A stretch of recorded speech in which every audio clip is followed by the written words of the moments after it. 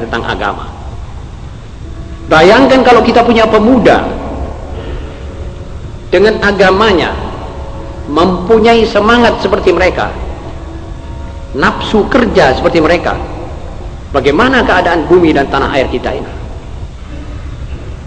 Jepang itu negerinya tidak ada besi, tidak ada baja, mengimpor, tapi mereka bisa hebat dalam pengolahan baja dengan industri-industri dapur tinggi. Akhirnya mereka sekarang mengalahkan sampai Amerika. Sampai Amerika mengatakan, kamu harus membatasi kamu punya produksi. Sebab kami punya pasar di sini dibanjiri oleh barang-barangmu, wahai Jepang. Sampai begitu. Tapi mereka tidak ada satu manusia lesu kerja, itu tidak ada. Bekerja. Dan syarat pemuda itu menurut kata siapa saja, dari mulai Imam Ghazali sampai ahli tasawuf seluruhnya, sampai ulama, ahli pendidik semuanya mengatakan pemuda harus jauh daripada nganggur. Hati-hati ada pemuda nganggur. Sebab keremajaan plus nganggur plus ada pegang duit, ini sama dengan rusak. Rusak pikirannya, rusak badannya, rusak akalnya, dan mati jiwanya. Jadi pemuda tidak boleh nganggur. Dia harus bekerja, cari pekerjaan. Sekarang ini pekerjaanmu adalah mengisi otakmu dengan ilmu pengetahuan. Pengetahuan apa saja, baik di bidang eksakta, atau di bidang agama, di bidang apa saja, carilah pengetahuan itu. Jangan diam, jangan mempunyai waktu nganggur sama sekali. Pengangguran adalah sama dengan fasad.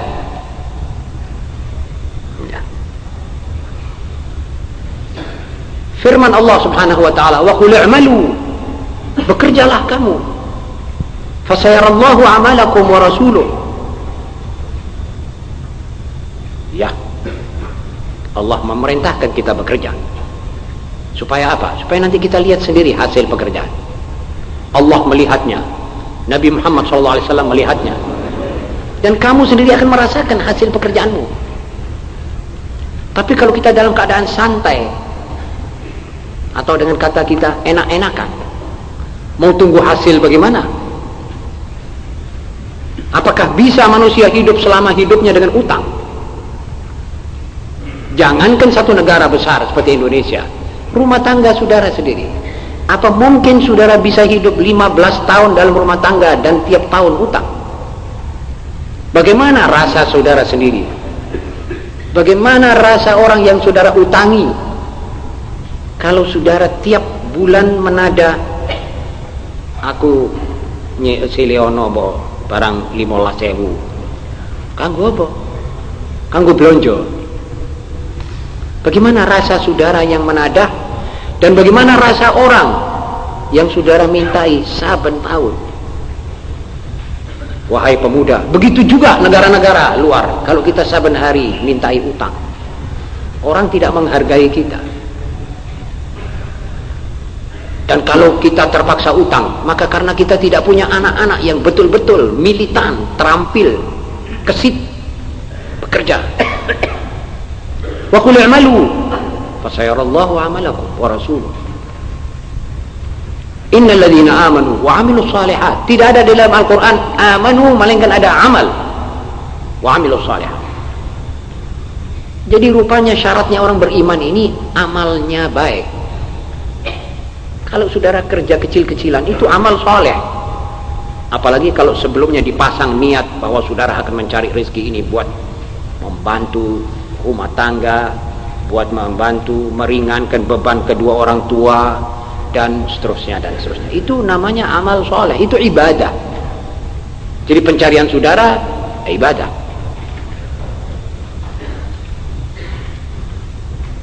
Yang kedua, senang bermalas-malas dan santai.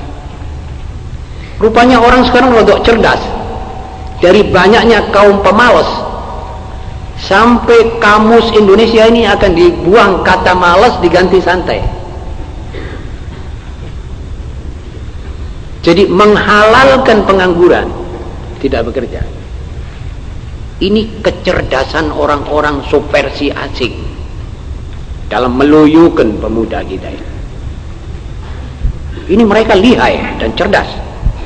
Kalau kita kurang awas, kurang doa, minta hidayat dan taufik, maka kita akan dilipat oleh kebudayaan asing jahat.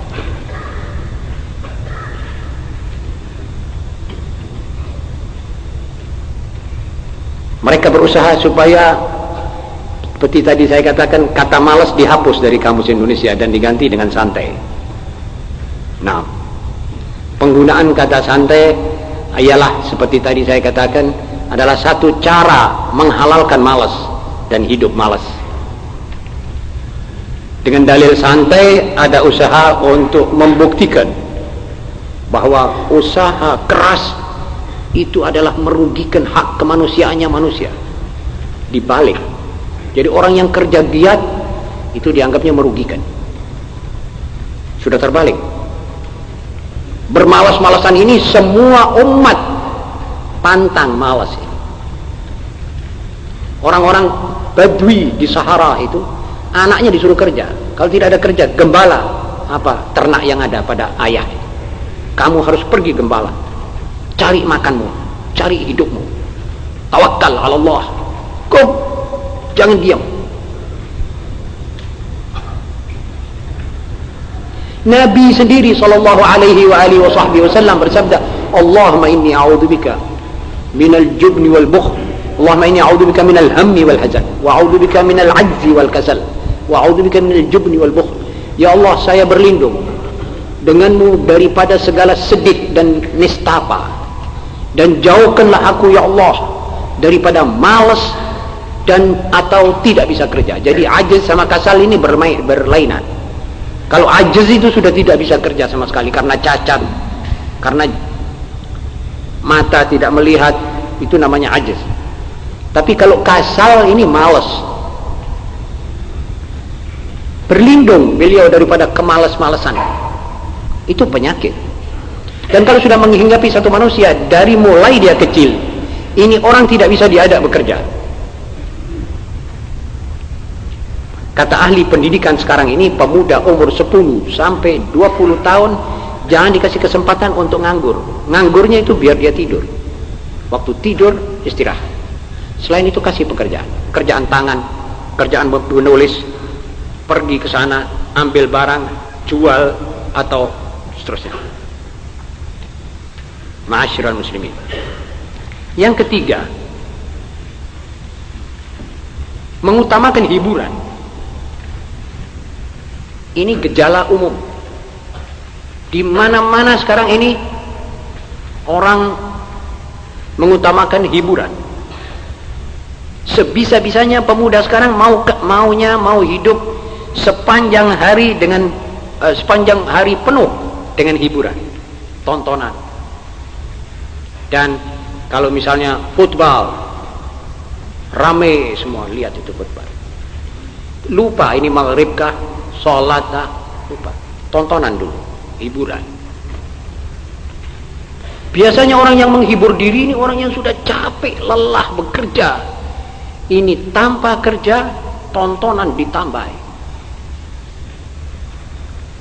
Jadi mengharapkan pemuda yang model begini lebih jauh lagi daripada mengharapkan gagak bisa keluar ubannya. Di mana ada gagak ubanan?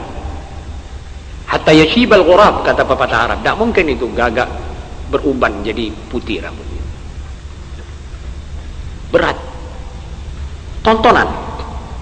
Dan sekarang ini jelas bahwa spontanitas kaum pemuda adalah tertuju kepada apa-apa yang bernilai hiburan.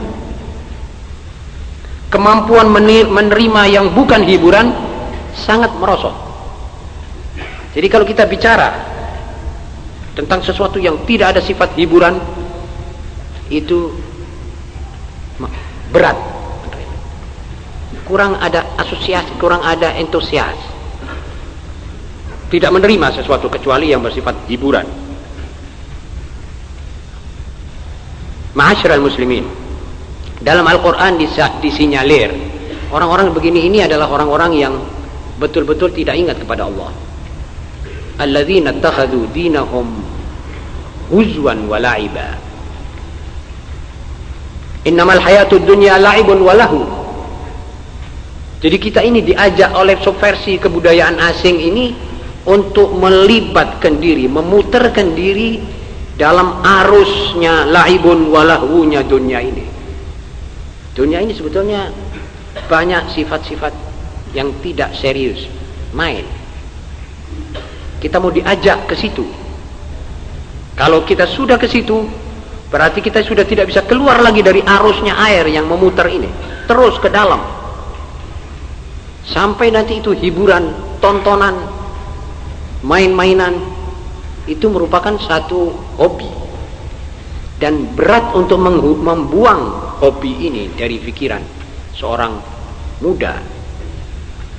Kalau sudah melekat, seperti nyeretnya orang rokokan, berbahaya.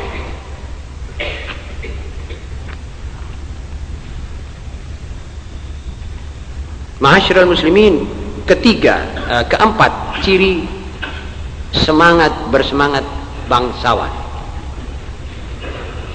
Ketiga ciri di atas bersumber jiwa kebangsawanan. Ini bangsawan ini maksudnya seperti orang-orang tuan-tuan tanah, kaum feodal zaman 150 tahun dulu. Ini mereka senang kalau sudah melihat kebunnya atau sawahnya atau apa sudah, dia pergi nonton, menghiburkan.